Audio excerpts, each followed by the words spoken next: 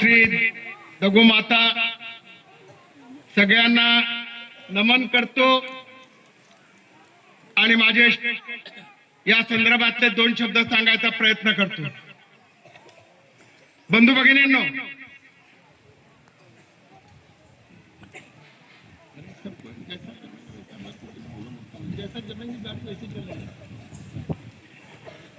बंधू भगिनींनो, ही जी भूमी आहे ही स्वातंत्र्याला बलिदान देणारी भूमी आहे। ही भूमी आहे शहीदांची भूमी आहे। या भूमीवर शेकडो लोकांचं बलिदान झालेलं आहे। या देशाला स्वातंत्र्य मिळालं ते उगीच नाही मिळालं, अनेकांचे जीव त्याच्यात गेलेले आहेत। देशाला स्वातंत्र्य मिळालं म्हणून आज कलेक्टर इथं आहेत, कलेक्टर डीएसपी आहेत, नोकरदार आहेत, सरकार आहे। स्वातंत्र्य मिळालं नसतं, सगळे पारतंत्र्यात राहिले असते तर इथे कोणी येऊ पण दिलं नसतं।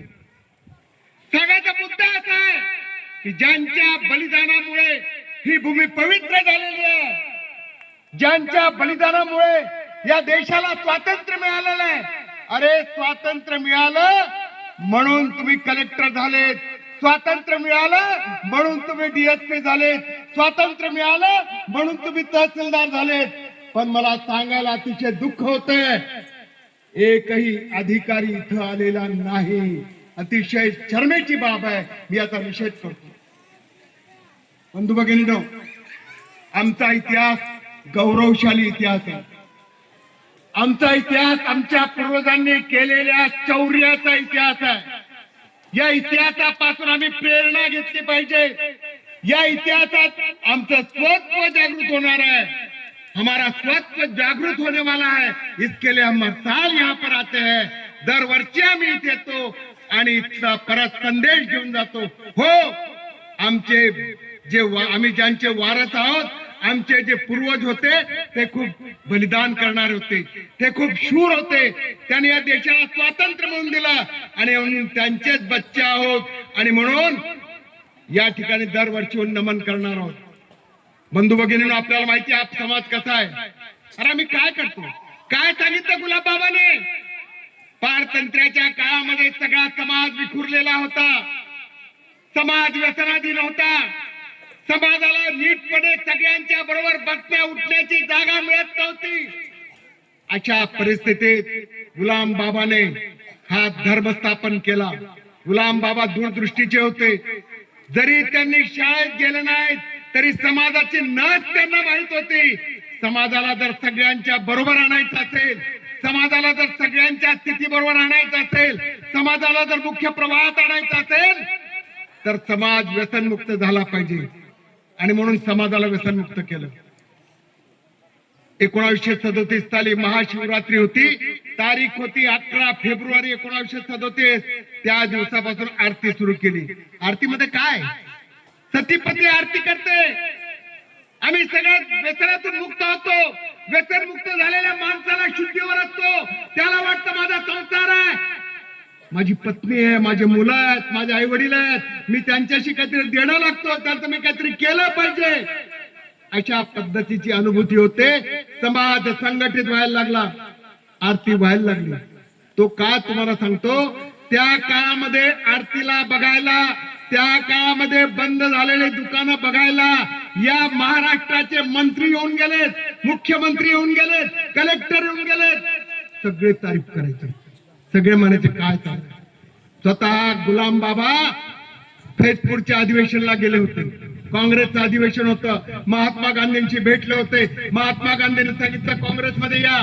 बाबा म्हणले आज माझी वेळ नाही काँग्रेसमध्ये यायची, मला राजकारण करायची वेळ नाहीये, आधी माझा समाज सुधारला पाहिजे, माझा समाज बलवान झाला पाहिजे, माझा समाज मुख्य प्रवाहात आला पाहिजे, तेव्हा राजकारणाचा विचार करेल। हे बाबांचे तत्व होते। शेवटी झालं। मग अशी दादा म्हणले काय आरतीला येत होते, अरे त्या आरतीसाठी स्पेशल गुलाम ट्रेन सोडली होती।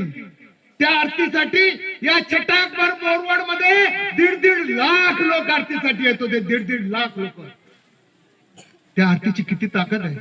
मग तुम्ही म्हणाल इतकी ताकद होती, हद्दपारी का केली? एक आखनारा ना जर अतो भारी काम होता तो हद बार क्या कहे हो? लोग पूछते हैं अगर इतना अच्छा था तो फिर हद पार क्यों हुए, क्यों किया सरकार ने हद पार? आई तुमने आखू का हद पार किए हो? हद पाराची कारण तुम्हाला सांगतो. सगळ्यात महत्वाचं पहिलं कारण असं होतं, आरतीला आम्ही पारतंत्र्यात होतो, आरतीला समाजाची संख्या खूप मोठी होती आणि म्हणून पारतंत्र्यामध्ये ज्यांचं सरकार होतं त्या गोऱ्या ब्रिटिशांना आपल्याबद्दल भीती वाटत होती. हे एक कारण. दुसरं कारण सांगतो, सगळ्यांनी नीट ऐकून घ्या. कारण आरतीला बंदी आणण्याचं, आम्हाला हद्दपार करण्याचं दुसरं महत्वाचं कारण असं होतं, बाबा गुलाम बाबा 19 जुलै 1938 साली त्यांचं देहावसान झालं आणि त्याच्यामुळे सगळा परिसर शांत झाला. शहर बंद झालं, तळोदा बंद झाला. पण तळोद्यामध्ये काही लोकांनी, दारूवाल्यांनी पेढे वाटले, दुकानं उघडी ठेवली, पेढे वाटले, दुकानं उघडी ठेवली. आमचा समाज बांगड्या भरलेला नव्हता, राग येणं स्वाभाविक होतं. समाजाचा हे रूप बघितलं सरकार सुद्धा घाबरलं. त्या काळातला सगळं पत्र व्यवहार खरं आता मला सांगायला वेळ नाही. इथून मामलेदार, इथून फौजदार कलेक्टरला लिहितो, कलेक्टर अजून गव्हर्नरला लिहितो. वातावरण बिघडलेलं आहे, समाज खवळलेला आहे. अशा पद्धतीचं वातावरण त्यावेळेला होतं. शेवटी सगळेजण आले, रामनाथ बाबांना विनंती केली. रामनाथ बाबांना सांगितलं, बाबा सगळ्यांना शांत ठेवा. बाबांच्या एका हाकेने, एका मिटिंगने सगळा समाज शांत झाला. समाज शांत झाल्याबरोबर ब्रिटिशांच्या लक्षात आलं, या सगळ्या समाजाचा जर कोणी त्राचा असेल, हा सगळा समाज जर कोणी कंट्रोल करू शकत असेल तर ते फक्त रामनाथ बाबा आहेत. आणि म्हणून सगळ्यांच्या टार्गेटवर रामनाथ बाबा होते. हे दुसरं कारण आहे. तिसरं कारण तुम्हाला सांगतो, आमची दर सोमवारी त्या ठिकाणी आरती व्हायची. आरतीमध्ये काही तळोद्याचे पुढारी काँग्रेसचे पावत्या फाडायला, आम्हा काँग्रेस पार्टी सभासद विजा, आम्हा काँग्रेस पार्टी सभासद विजा. एक आपल्या लोकांना सहन नाही झालं. लोक म्हणे आम्ही राजकारण करायला येतोय, आम्ही आरती करायला येतो. तक्रार गेली कलेक्टरकडे, कलेक्टरकडे तक्रार गेली, वरून चौकशी आली आणि हे सभासद करणं बंद केलं. म्हणून काँग्रेसवाल्यांना राग होता, हे आपल्या विरोधात आहे. हे तिसरं कारण.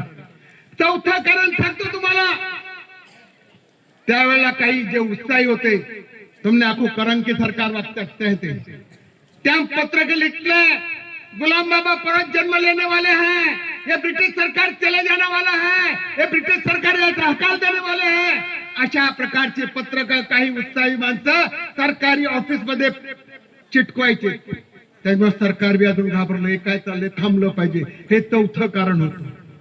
पाचवं कारण तुम्हाला सांगतो, अतिशय महत्वाचं कारण पाचवं असं होतं, सरकारने म्हटलं हा ट्रस्ट रजिस्टर करा. बाबा म्हटले कशाला रजिस्टर, आम्ही कोणाकडून पैसे घेत नाहीत, आम्ही कोणाकडून काही घेत नाहीत, त्यामुळे हिशोब कोण ठेवेल. अरे ये तो सब लोगों का है, ये तो दुनिया का है, दुनिया देती है, दुनिया लेती है, हमारा क्या है. पण सरकारला राग होता, आम्ही सांगितलं ट्रस्ट रजिस्टर केला नाही, म्हणून सरकारला त्याचाही राग होता. सहावं कारण सांगतो, परिसरातील सगळी दारूची दुकानं बंद झाली. ही सगळी दारूची दुकानं कोणाकडे ते माहिती आहे? ही सगळी दारूची दुकानं त्यावेळेला एका विशिष्ट समाजाकडे होती, ते सुद्धा नाराज होते. सातवं कारण सांगतो, आमचा समाज दर सोमवारी आंघोळ करून कोणाचंही नाही ऐकता आरतीला येत होता. प्रस्थापितांना वाटत होतं, अरे हुजरी घ्या आपा काय वेणार, ये सोमवारी केडाल पूछता ना, ये सोमवार को किसको पूछते नहीं, किसको बोलते नहीं और आरती को चले जाते हैं, तो आरती बंद करनी पड़ेगी. ये तो आरती बंद करनी पड़ेगी. हे एक कारण होतं. आणि अजून सगळ्यात महत्वाचं एक कारण तुम्हाला सांगतो, 1940 सालची गोष्ट आहे. सोमवारच्या आरतीला दटावतच्या गिरजाबाई म्हणून आपल्या एक भगिनी आल्या होत्या. गिरजाबाई आरतीला आलेल्या त्यावेळेला फॉरेस्टचा एक गार्ड होता कट्यारे. फॉरेस्ट वाले त्यावेळेला घोड्यावर फिरायचे, टगाक टगाक टगाक. फॉरेस्ट वाले घोड्यावर फिरत होते. आपली बहीण प्रातर्विधीला गेले होते. त्या फॉरेस्टवाल्याने बघितलं नाही, बहिणीला घोड्याने धक्का मारला, ती जखमी झाली. तो कट्यारे उतरला नाही, तो कट्यारे तळ कुठे आला? बनला आला, कारण बनला ते ऑफिस होतं. समाज संतापला, समाजाला राग आला आणि आमच्या सगळ्या भगिनी आणि सगळे भाऊ बनला आले. कशाला आलेत माहितीये? त्या कटारेला जाब विचारायला, जाब विचारायला. तुला दिसत नव्हता का? तुला अक्कल नाही का? आमच्या भगिनीला कसं मारलं? त्याचा राग त्या कटारेला आला आणि त्यांनी आमच्यावर केसेस भरल्या. दुर्दैवानं आमची बहीण मेली. आमची बहीण मेल्यानंतर आम्ही खूप रागवलो, आम्ही एकत्रित झालो आणि त्याच्यावर गुन्हा दाखल करा म्हणून सांगितलं. परिस्थिती गंभीर होती. कलेक्टर आलेत मध्ये, त्यांनी विनंती केली, रे बाबांना ही तुमच्यावरची केस पण मी मागे घ्यायला लावतो आणि तुम्ही असं करा, आता शांत राहा, तुम्ही आता केस करायला लावू नका त्याच्यावर, आम्ही त्याने केलेली केस मागे घ्यायला लावतो. पण कलेक्टर शब्दाला जागला नाही. आपण केस केली नाही, आपण त्याच्या शब्दावर विश्वास ठेवला, मात्र ती केस चालूच राहिली. त्या काळामध्ये 4 ठिकाणी कोर्ट होतं. तारखा कुठे कुठे पडायच्या?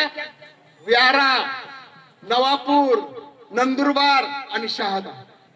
4 कोर्टात तारखा पडायच्या. 4 कोर्टामध्ये तारीख होती 24 एप्रिल 1941.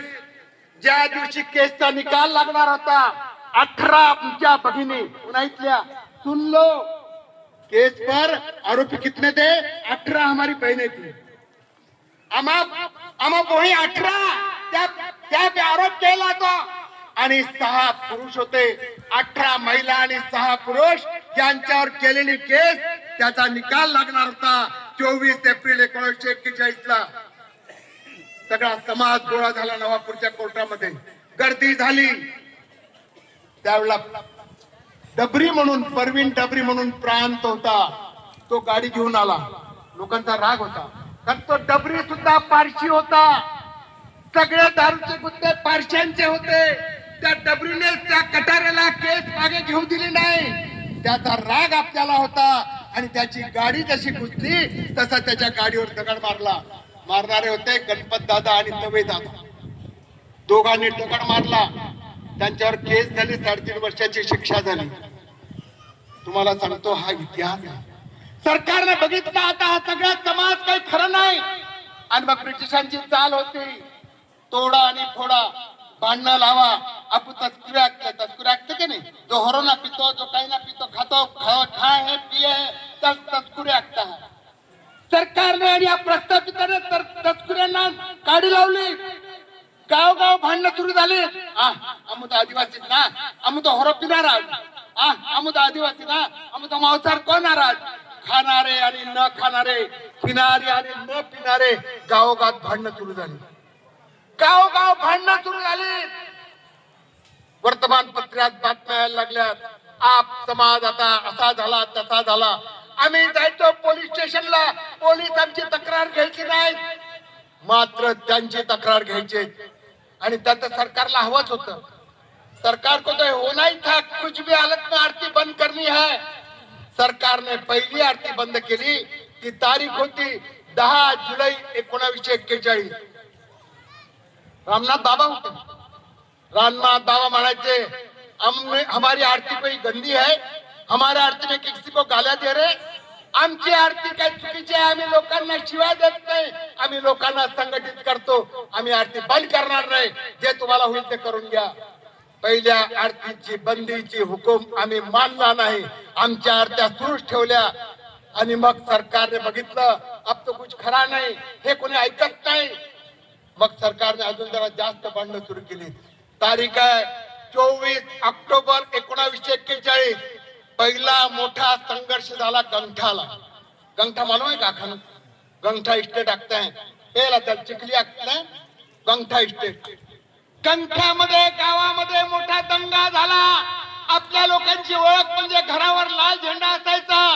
ज्या ज्या घरांवर लाल झेंडा होता त्या त्या घरातल्या लोकांना बाहेर काढलं.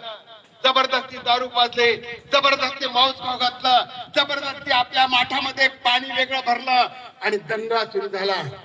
सरकारला तेच पाहिजे होतं. सरकारला तेच पाहिजे होतं. 25 ऑक्टोबर 1941 रोजी मोठं शिष्टमंडळ गेलं. त्या शिष्टमंडळामध्ये तळोद्याचे बारगाळ होते, त्या शिष्टमंडळामध्ये प्रतापपूरचे राणा होते, त्या शिष्टमंडळामध्ये काठीचे सरकार होते, त्या शिष्टमंडळामध्ये धुळ्याचे आमदार होते, त्या शिष्टमंडळामध्ये शहाद्याचे आमदार काझी होते. सगळे मिळून कलेक्टरकडे गेले. कलेक्टर त्यावेळेला धुळ्याचे होते. कलेक्टरला सांगितलं आरती बंद करा, कुठल्याही परिस्थितीत आरती राहता कामा नये, या जिल्ह्यामध्ये वातावरण खराब झालेलं. कलेक्टरला तर तेवढंच पाहिजे होतं. आणि कलेक्टरने फतवा काढला. 30 ऑक्टोबर 1941 तारीख लक्षात घ्या. 24 ला दंगा झाला, 25 ला हे भेटले आणि 30 ऑक्टोबर 1941 ला फतवा निघाला. 144 कलम. मोठा बंदोबस्त लावला मोरवडला. तिथं पोलीस बंदोबस्त, पोलीस पार्टी आले आणि जाहीर केला जो आरतीला येईल त्याला लाठीचा प्रसाद आणि जो आरती करेल त्याला गोळीचा प्रसाद. प्रचंड दहशत. त्याच्यात अजून 11 नोव्हेंबर 1941 आपल्या लोकांचे खोटे अंगठे घेतले आणि निवेदन दिलं, आम्ही तो आदिवासी आम्ही होर पिणारा, आम्हा काजे होर छुटकी द्या, आम्हा काजे होर दुकाने चालू की द्या, अशा प्रकारचं निवेदन कलेक्टरला दिलं. आणि शेवटी कलेक्टरने हद्दपार केलं. किती लोकांना हद्दपार केलं माहिती आहे? कलेक्टरने 30 लोकांना हद्दपार केलं. 30 लोकांना. त्याच्यात मोरवडचे 5 होते, छोटा धनपूरचे 6 होते, चिनोद्याचे 2 होते, नंदुरबार तालुक्याचे 6 होते. असे सगळे 30 लोक. दादाने सांगितलं बाकी सगळी हद्दपारीची कथा. अरे सगळा तबास त्यांच्या मागे होता. लोकांनी घर सोडलं, दार सोडलं, जमीन सोडली, जुमला सोडला, संसार सोडला आणि दादा बाबांच्या बरोबर ते सुद्धा हद्दपारीला निघाले. मी हद्दपारीचा इतिहास आता सांगत बसत नाही. 288 दिवस हद्दपारीमध्ये होते. अनेक गावामध्ये बाबांनी सत्संग सुरू केला. अनेक गावामध्ये बाबांनी आगची जल सुरू केला. मग अशी सांगितलं 7 तलाला काय झालं ते. तिथं दसऱ्याला आपला समाज त्या ठिकाणी बळी देत होता, हेल्याचा बळी देत होता. तो सुद्धा बाबांनी बंद केला. काँग्रेसचा त्यावेळेला तुम्हाला माहिती आहे चले जाऊ चळवळ सुरू होती 1942 सालची. या चले जाव चळवळीमध्ये नंदुरबार जिल्ह्याचा आदिवासी सामील झाला पाहिजे. या चले जाव चळवळीमध्ये हा सामान्य माणूस रस्त्यावर आला पाहिजे म्हणून तत्कालीन काँग्रेसचे अध्यक्ष 7 तलाईला भेटायला गेले बाबांना. बाबांना विनंती केली, बाबा तुम्ही या, तुम्ही या. तुम्ही आल्याशिवाय हा लढा चांगला होणार नाही. तुम्ही आल्याशिवाय या लढ्यामध्ये सामान्य माणूस सामील होणार नाही. तुम्ही आल्याशिवाय या जिल्ह्यातला आदिवासी लढा देणार नाही. बाबांनी आव नाही ताव बघितला नाही. खर तर 2 वर्षाची हद्दपारी झाली होती. कोणती? बेनवर्ष. 2 वर्षाची हद्दपारी झाली होती. तरी सुद्धा 288 दिवसामध्ये 9 महिने काही दिवस हद्दपारी त्यांनी रद्द करून, कॅन्सल करून, न ऐकता सरकारचं ते निघाले तिकडे. सरकारची यंत्रणा. इकडे पोलिसाला खबर लागली रामनाथ बाबा तिकडून निघाले. यांनी 2 टीमा केल्या पोलिसांच्या. तो ज्याला धांडे नावाचा फौजदार होता तो प्रत्यक्ष बाबा कुठे येतात हे बघत होता आणि दुसरी टोळी मोरवडला बंदोबस्त करत होती. बाबा निघाले 18 फेब्रुवारी 1942 ला 43 ला नर्मदा नदी क्रॉस केली आणि खानदेश मध्ये आले. 18 ला भुशाला नाही गेलेत कारण भुशाला पोलीस चौकी होती. पोलीस तिथं सज्ज होते अडकवायला. ते अतिशय दुर्गम भागात आले. अशा ठिकाणी ते गेले की तिथे पोलीस येणार नाहीत. सगळा समाज त्यांच्या बरोबर होता. तुम्हाला सांगतो बरोबर 24 फेब्रुवारीला 25 फेब्रुवारीला बाबा पोहोचले कुठे? अक्राणीच्या किल्ल्यावर. काय हाल होते तुम्हाला सांगतो. बनामायला मी विचारलं, बनामाय तेवढा जिवंत होत्या. तेवढे दादा अगदी तकलीफ होती. मांडव खावल्यात काही ठिकाणं हा वेगळ्या खोरीचा निघला. अतिशय घनदाट जंगल, जंगला मोठे जंगली जनावर. त्या टायमाला खूप जनावर होतं. आम्ही बेन पागे जनावर आहे त्या पेला टायमाला 4 पगवाले जनावर. आम्ही तर बेन पागेवाले खूप जनावर मिळते. तर म्हणले अशा परिस्थितीत बनामाय म्हणले की आम्ही यायचो रात्रीची ते मुक्काम व्हायचा, तिथे आम्ही समाजाला गोळा करायचो, सांगायचो. 25 तारखेला अकरांच्या किल्ल्यावर आलो, पोलिसांना कळलं बाबा अकरांच्या किल्ल्यावर आहे. 26 तारखेला तेल्याकन घाट, पालखापाणी घाट, टाकण घाट अतिशय कडक आहे. कोणी गेला असेल मला माहिती, पण जाऊन बघा एकदा. आपले सगळे पूर्वज लक्षात येतात. एवढा अवघड रस्ता आहे अकरांच्या किल्ल्याला जायला. त्या घाटवरून सगळा समाज चालत आला, इथं बसला. हा बोरी घाट आहे. इकडे डावीकडे जे आहेत नाल्याचे त्याला पिंपरगुच्छ म्हणतात, उजवीकडे इकडे आहेत त्याला रावला पाणी म्हणतात. या बोरी घाटकडे बोरांची झाडं होती आणि तिकडे पुढे कुडतुडांबा म्हणतात, आंब्याची झाडं होती. समाज सगळ्या कुडतुडांब्यात होता. मगाशी म्हटलं दादाने छोटे छोटे तिथं त्यांनी तंबू केले होते, वर तर गवताचं पानाने साकारले होते, कारण मुक्काम करायचा होता 1 तारखेपर्यंत. फौजदाराला 27 तारखेला हातबारीपर्यंत त्याने बघितलं, अरे प्रत्येक झाडावर असे लाल झेंडे दिसत आहेत.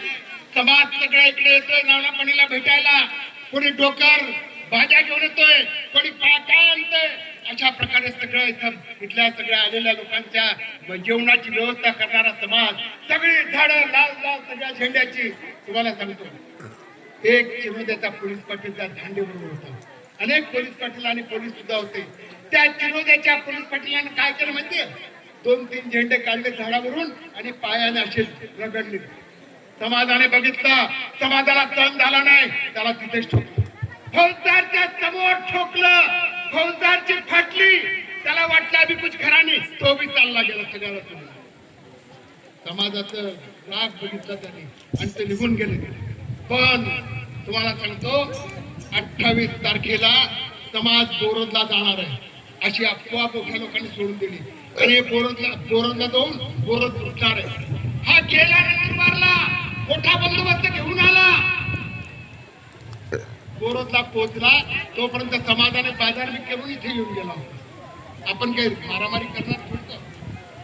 मग 1 तारखेला त्यांनी ठरवलं, कारण 4 मार्चला मगाशी म्हणले दादा, 4 मार्चला महाशिवरात्री होती आणि त्या दिवशी कुठल्याही परिस्थितीत आरती करून चले जाऊ चळवळीत सामील व्हायचं. आणि म्हणून त्या पद्धतीने त्या दिवशी सगळं ते नियोजन झालं.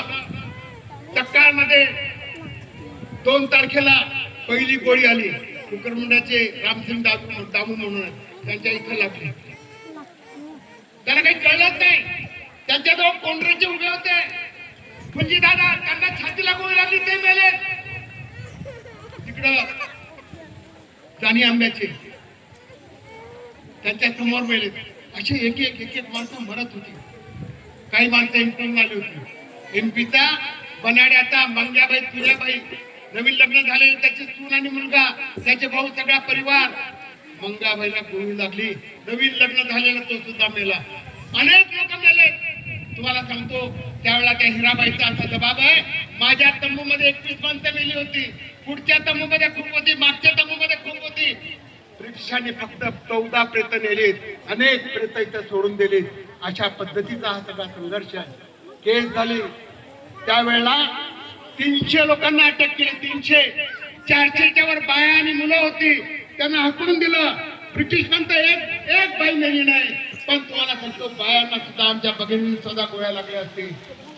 एवढा मोठा निग्रोध हत्या, एवढा मोठा त्या ठिकाणी झाला नरसंवाद तो होता. केस झाली, धुळे कोर्टात गेले. धुळे कोर्टामध्ये 2 केसेस झाल्यात. एक केस सगळ्यांची 14 डिसेंबर 2043 ला बाकीच्यांना सोडलं. 270 लोक सोडले आणि बाकी लोक जानेवारी 44 मध्ये सोडले जिल्हा कोर्टातून. पण 19 जणांना धुळे तालुक्यामध्ये त्या ठिकाणी त्यांना कोंडून ठेवलं. हा सगळा इतिहास सांगते. पण तुम्हाला सांगतो, दादाने एक महत्वाची गोष्ट सांगितली आहे, ती सांगून मी संपवणार आहे. आमच्याकडे सरकार लक्ष देत नाही. आता मगाशी दादा म्हणलं अन्य लागला होता तो काम तुम्ही येत हवे. कॉन्ट्रॅक्टर कोण आहे? अगोदर दादा आम्ही त्या आम्ही वाईट काम नाटे आम्ही फक्त मिळवी देतात. जो कॉन्ट्रॅक्टर आम्ही हे आणि आम्ही एकूण दिला. बीमार पडे है इंजेक्शन द्या पडे द्या पडे बीमारी इंजेक्शन द्या पडे ना. आम्ही सरकार भी बीमार पडले, त्याला इंजेक्शन द्या. दादा तुम्ही सांगा, फक्त ज्या दिवशी तुम्ही सांगाल त्या दिवशी सगळा समाज कलेक्टरची कचेरी बंद करू. चालेल ना? काही आवाज नाही. अरे चालेल का दादा? फक्त तुम्ही सांगा. तुम्ही ज्या दिवशी सांगाल सरकारचे डोळे उघडून, अरे रस्ता केले इतकी वर्ष झाले, हो देतो हो देतो हो देतो हो करतो. आणि म्हणून इथून येणाऱ्या पुढच्या काळामध्ये आम्हाला जर संघर्ष करावा लागला तरी तो आम्ही करणार आहोत. आणि म्हणून त्यासाठी तयार राहा. आपण सगळेजण उन्हात आला, रस्ता अतिशय खराब आहे. आपण आलात, खरं तर जास्त वेळ बोललो, आज उशिरा सगळा कार्यक्रम सुरू झाला. मी सगळ्यांची क्षमा मागतो आणि माझं थांबवतो. सगळ्यांना